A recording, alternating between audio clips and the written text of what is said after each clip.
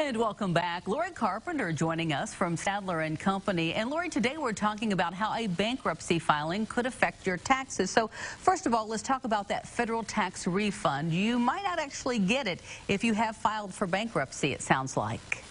That is right. So your bankruptcy attorney may request that those refunds all go directly to him or her. So you may not see that refund at all because they will take it and apply it to the debt that you have within the bankruptcy. You know, sometimes too, Lori, people may have a credit card that they owe $10,000 on, but the credit card company is willing to take $2,000 and then cancel that debt. Is that debt that's canceled taxable? Just like everything else within the tax realm, it depends. The general answer is yes, the IRS is expecting you to pay tax on that money unless you have some other option. Now, if it's part of a bankruptcy, it is typically not taxable. If you do a Chapter 7 bankruptcy, it's not going to be taxable.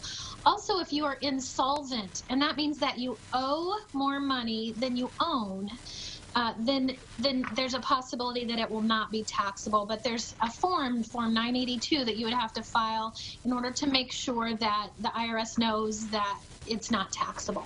I got you. Is that pretty complicated? I mean, is that when you really need to see a tax professional? That would be my recommendation, because making sure that you have all of the correct documentation in case there is an audit, because they do happen.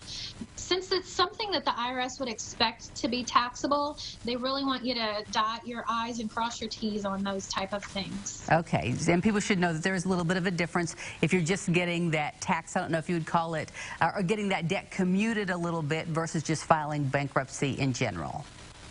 Right. They're both different, but they both may have something that you need to see a tax professional for, just to make sure that everything is correct and you don't hear from the IRS in a bad way. Yeah, you don't ever want to hear from the IRS in a bad way. All right.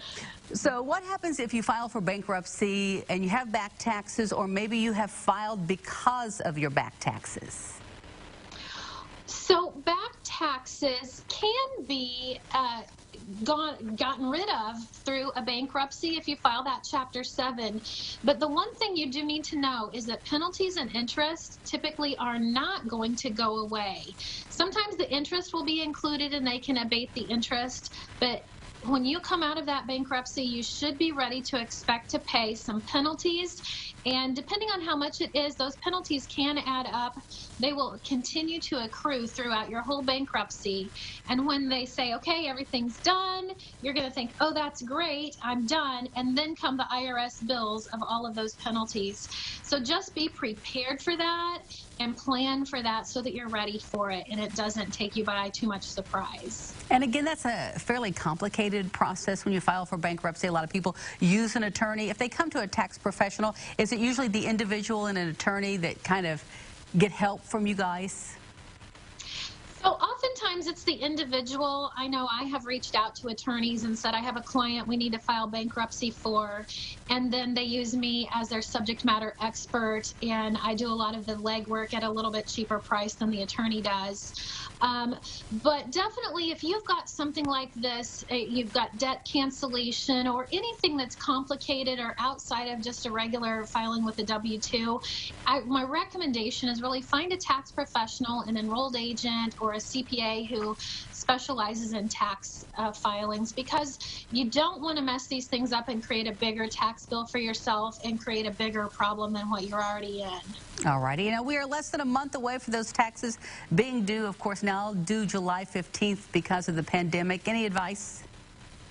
My recommendation is get in early. We're seeing a lot of more people calling in, getting appointments. We're still being very careful in our office about cleanliness, sanitizing, keeping that social distancing. And you want to look for a place that's going to have all of those safety measures in place. But definitely, if you're missing something on your taxes, you don't want to wait till July 15th to get that appointment. So find your professional and get in there as soon as possible so that you don't miss out on what you need to do. All right. And where do people need to go if they just want to learn more about Stadler and Company? Well, they can go to our website, stadlertax.com, and we have a lot of resources there, our intake forms, many other resources.